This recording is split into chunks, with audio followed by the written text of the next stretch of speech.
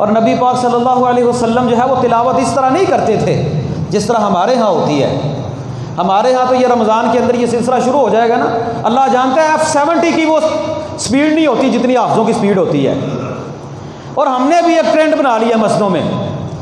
کہ بھئی رمضان کے اندر قرآن مجید پورا ہونا چاہیے، چاہے جو ہے وہ قرآن مجید کے جو ہے وہ اگلے پچھلے جو ہے وہ اسباق کو چھوڑ دیا جائے،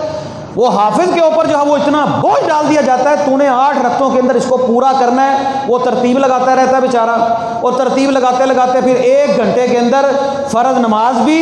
8 رکعت تراویح بھی، 3 رکعت وتر بھی، یہ سارے کا سارا اس میں رکوع بھی، سجدے بھی، قیام بھی، تشہد بھی، سارے کا سارا 1 گھنٹے کے اندر پورا کر دیا جاتا ہے، اور سوا پارہ بھی اس کے اندر پڑھنا ہوتا ہے۔ 1 ڈیڑھ پارہ 1 سوا پارہ بندہ پڑھے تو پھر ہی رمضان میں جا کر تکمیل قرآن ہوتا ہے۔ یہ کو رمضان کے اندر قیام اللیل کے اندر قرآن مجید کو پورا کرنا فرض نہیں ہے، اور پھر رمضان کی آخری راتوں کے اندر تو لوگ شبینے کے نام پر جو توڑ پھوڑ کرتے ہیں، جو ہے وہ کلاڑا چڑھاتے ہیں قرآن مجید کے اوپر۔ اللہ جانتا ہے جو قرآن مجید کا حشر کیا جاتا ہے کوئی پتہ ہی نہیں چلتا، نہ اگلوں کو کچھ پتہ ہے نہ پچھلوں کو کچھ پتہ ہے، صرف واہ واہ کروانے کے لیے یہ شبینہ کر رہے ہیں ہم لوگ۔ ہم نے ساری رات کا قیام کیا ہے، ہم نے اتنا قرآن پڑھا ہے۔ کس نے کہا ہے تم اتنا قرآن پڑھو؟ اللہ کے نبی صلی اللہ علیہ وسلم قرآن مجید کی تلاوت کرتے، آپ ہر آیت کے اوپر وقفہ کرتے، ٹھہرتے، اور جب کوئی آیت آتی سوال کرنے والی جنت والی، اللہ کے نبی سوال کرتے اللہ تعالیٰ سے، یا اللہ ہمیں ان لوگوں کے اندر شامل فرما، اور جب کوئی آیت آتی ہے جہنم والی، آپ دعا کرتے یا اللہ ہمیں ان لوگوں سے پناہ کرنا، اللہم لا تجعلنا منہم، اے اللہ ہم تیری پناہ مانگتے ہیں ہمیں ان لوگوں کے اندر شامل نہ کرنا۔ آپ ایمانداری سے بتلائیے، جو قرآن مجید ہمارے ہاں ہم لوگ مساجد میں پڑھتے اور سنتے ہیں، پورا قرآن مجید ہم پڑھ جاتے ہیں، ہم کو یہ نہیں پتا ہوتا یہاں پر جنت ہے یہاں پر جہنم ہے، ہم نے اللہ سے کیا سوال کرنا ہے؟ اور اس امام نے کیا اللہ سے سوال کرنا ہے جس کو یہ نہیں پتا؟ اس کو تو صرف یہ پتا میں نے پارا پورا کرنا ہے۔ اور پھر صحابہ کی جو کیفیت ہوتی تھی قرآن مجید پڑھتے ہوئے، وہ تو روتے تھے۔ حضرت عمر فرماتے ہیں، حضرت عمر کے متعلق آتا ہے پہلی صف کے اندر یہ اسپیکر بھی نہیں تھے، پہلی صف کے اندر کھڑے ہو کر نماز پڑھتے، اس آیت پر پہنچے انما اشکو بثی وحزنی اللہ، میں تو اپنا غم دکھ اور تکلیف اللہ کے سامنے رکھتا ہوں۔ اتنا روئے کہ ان کے رونے کی آواز پچھلی صفوں تک سنائی دیتی تھی۔ پورا قرآن پڑھ لیا جاتا ہے، مجال ہے کہ ہماری آنکھوں سے کبھی آنسو نکلتا ہو۔ وہ قرآن مجید کے ساتھ جو ہم لوگ حشر کرتے ہیں نا، وہ خیر پر مٹھائی کھانے کے لیے، وہ رسگلے کھانے کے لیے،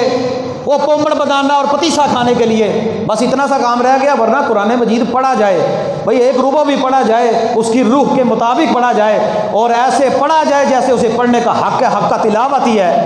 تو مزہ تو آئے نا قرآن پڑھنے کا۔ تو خیر بات دوسری طرف نکل جائے گی۔ بات یہ کر رہا تھا اللہ کے نبی صلی اللہ علیہ وسلم صرف 15ویں رات کے لیے جو ہم نے خاص کر دیا نا عبادت کو، اللہ کے نبی امی عائشہ فرماتی ہیں اتنی عبادت کرتے کہ آپ ہر رات ہر وقت، کیونکہ تہجد تو آپ پڑھتے تھے، اتنا قیام کرتے آپ کے پاؤں سوج جاتے۔ حضرت حذیفہ فرماتے ہیں 5.25 پارے اللہ کے نبی صلی اللہ علیہ وسلم نے 1 رکعت میں پڑھ دیے، شاید ہم نے پوری زندگی میں کبھی نہ پڑھے ہوں۔ آج تو قیام اللیل میں حافظ سے 5-10 منٹ اوپر ہو جائے نا تو لوگ اس کا جینا حرام کر دیتے ہیں۔ عبادت بھی کرتے ہیں اور نخرے بھی کرتے ہیں، عبادت بھی کرنی ہے، قیام بھی کرنا ہے، اور نفلی قیام کرنا ہے۔ بھئی تمہیں کس نے کہا ہے تم نفلی قیام کرو اور تم اتنے تنگ ہو جاؤ کہ تم جو ہے وہ مسجد میں ایک جھگڑے والا ماحول پیدا کر دو، امام کو تم تنگ کرنا شروع کر دو؟ کس نے کہا ہے تمہیں تم قیام اللیل کرو؟ فرض ہے، یہ تو نفلی عبادت ہے۔ بھائی جس کے پاس سکت ہے، جس کے پاس طاقت ہے، جو دل اور شوق کے ساتھ عبادت کرنا چاہتا ہے وہ نفلی عبادت کرے۔ جو یہ بندہ یہ سمجھتا ہے میں نفلی عبادت نہیں کر سکتا، میں کھڑا نہیں ہو سکتا، میں قیام نہیں کر سکتا، میں زیادہ دیر یہاں پر نہیں ٹھہر سکتا، یار وہ چھوڑ دے۔ قرآن و سنت کا مسئلہ تو یہ ہے کہ بھائی تمہارے پاس طاقت ہے تو نفلی عبادت کرو، جب تم تنگ آ جاؤ، قہٹ آ جائے تو نفلی عبادت چھوڑ دو۔ اور پھر یہ جو بونڈ کر کے ہم لوگ قیام اللیل کرتے ہیں نا کہ ابھی پورا کرنا ہے اس کو، 2 رکعت پڑھی ہیں بندے نے، 2 رکعت پچھلے پیر پڑھ لے، 2 رکعت درمیان میں پڑھ لے۔ کبھی بندہ پہلے ٹائم نہیں قیام اللیل کر سکا، پچھلے سال پچھلے رات کے اندر کر لے قیام اللیل، درمیانی رات کے اندر قیام اللیل کر لے۔ اللہ نے تو اس کے اندر سہولیات ہی بڑی رکھی ہیں، لیکن بس ایک وہ جدھر سارے لوگ چل پڑتے ہیں نا، جدھر کی ہوا چلتی ہے، قرآن و سنت کی بات پھر پیچھے پھینک دیتے ہیں۔ مسائل کے اندر علم تو ہونا چاہیے بندے کو، اتنا پتہ ہونا چاہیے یار یہ ایک نفلی نماز ہے، اور نفلی نماز کے اوپر مسجد میں کوئی ایسا ماحول نہ بنے جس کے ساتھ کوئی جھگڑا پیدا ہو جائے مسجد میں۔ میں پتہ یہ باتیں کیوں کر رہا ہوں، میں یہ ماحول دیکھا ہوا ہے، میں اس سے نکلا ہوں، سارا دن ایک حافظ قرآن اللہ جانتا ہے عبادت وہ قرآن یاد کرتا ہے، پھر اس نے کھانا بھی شام کے وقت کم کھانا ہوتا ہے کیونکہ اس نے تراویح پڑھانی ہے، اور پھر اس کے بعد وہ پھر مغرب کے بعد پھر قرآن یاد کرتا ہے، پھر عشاء میں جو نماز وہ پڑھاتا ہے اس کے اندر اس نے مینج کرنا ہوتا ہے اس کو کہ میں نے 8 رکعتوں کے اندر یہ سوا پارا پورا کرنا ہے، کہاں پر رکوع کرنا ہے، کہاں پر قیام کرنا ہے، دوبارہ اٹھ کر کدھر سے شروع کرنا ہے، کدھر میں نے چھوڑا تھا۔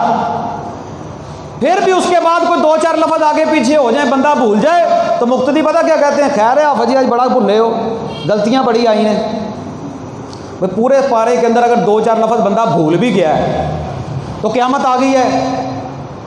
یا نفلی عبادت کی جو ہے وہ کوئی فضیلت کم ہو گئی ہے۔ نماز بندہ پڑھے، فرض نماز پڑھے، اللہ کے نبی نے کیا فرمایا کہ بندہ بھول جائے تو پیچھے والا بندہ لقمہ دے دے۔ ایک بندہ قیام اللیل کر رہا ہے، نفلی عبادت ہے، اس میں امام بھول جاتا ہے،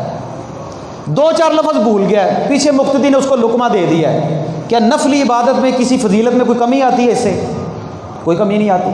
لیکن عجیب و غریب ایک ماحول ہے، عجیب و غریب ایک منظر ہے، مساجد میں اتنا تنقید کا نشانہ جو ہے وہ اماموں کو بنایا جاتا ہے، وہ بیچارے تنگ پڑ جاتے ہیں، یار یہ نفلی عبادت ہے، تم لوگ کس طرف جو ہے وہ چل پڑے ہو۔